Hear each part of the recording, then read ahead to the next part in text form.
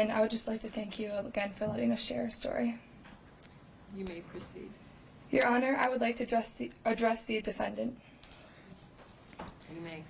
I am writing this in response to your actions, Mr. Nassar, for not following proper medical conduct and, in result, exploiting hundreds of young girls, including myself, at such a vulnerable time.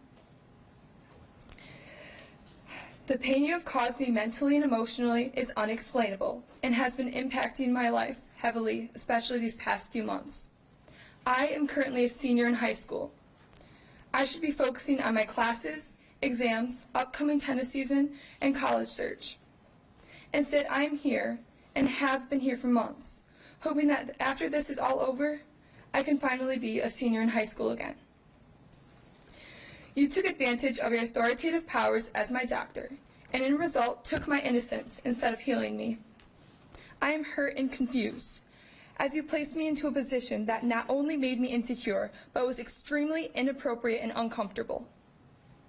I remember the anxiety I would have entering the office, knowing how the appointment would most likely go, and telling myself it was normal to feel that queasy ache in the pit of my stomach, that you were performing those procedures for the right reasons. I remember telling myself that you were safe and that I should trust you with my body, as you were a doctor for athletes across the country that I looked up to. My dad is a DO, and you knew that at the time when I was your patient. When he would show up to my appointments with me, you wouldn't do your typical procedure that I became used to you performing. I was uncomfortable at the appointments without my father, but maintained trust in you, as the framed images of the patients on your wall told an incredible story of a great doctor who could heal anyone. I remember the one appointment that has been replayed over and over in my mind and has given me nightmares still to this day. You had me get an x-ray for my hips and back and then check them out, with a strange obsession on how my hips were not fully developed yet and that you could tell my period had not started. You then made me change into those strange shorts you had in your cabinet, shorts that were so big I was swimming in, and that gave you easy access to my body. I was told to lay stomach down on the table, where you proceeded to stack white towels between my mom and I and adjust the table to an angle where she couldn't see, which I remember feeling weird about. I immediately shut down all of those thoughts as I told myself you were going to fix me, and that it was okay to feel uncomfortable, that you were going to heal my pain. You then pulled my shorts down, moved my underwear over to the side, and started touching me, without consent, without telling me what you were going to do, and if that wasn't bad enough, with your gloveless hands. You had your eyes closed and continued to molest me. After a few minutes of this, you just left the room, leaving my mom and I extremely uncomfortable while my bare butt was out. You came back into the room 5 minutes later with a tube of some kind of lubricant. You then continued this procedure using the lubricant, and I began to feel numb down there. I then at that point wondered how what you were doing would fix the pain I had from jamming my hip after a cross-country race. After about 30 minutes of this, you smacked my butt, said, "All right, we are done here, sweetie," and then pulled up my shorts. You said quietly to me that if I was ever on my period during one of your appointments, to let you know, so you could change things up a bit. After that appointment, I was supposed to go back to school, but everything seemed cloudy and I had the urge to shower, as I felt dirty and gross. I took a 45-minute shower that day, and that feeling never left. I was only 13 years old. You manipulated me into believing that you were the only doctor that could fix me, and that I had to have you or no one at all, and for so long I believed that to be true. I still cannot get over the grief that you have caused me by creating the false relationship of trust and custody, and I cannot believe that I felt safe and in good hands when I was with you. You fooled me, telling me of your family stories, telling jokes to attempt to make me more comfortable, and liking my social media posts. Some of the things that I now realize were major red flags and should have never been tolerated. I should have went with my gut and told someone that something felt very off, but how was I supposed to know at the age of 13 what was medically acceptable and what the boundaries were?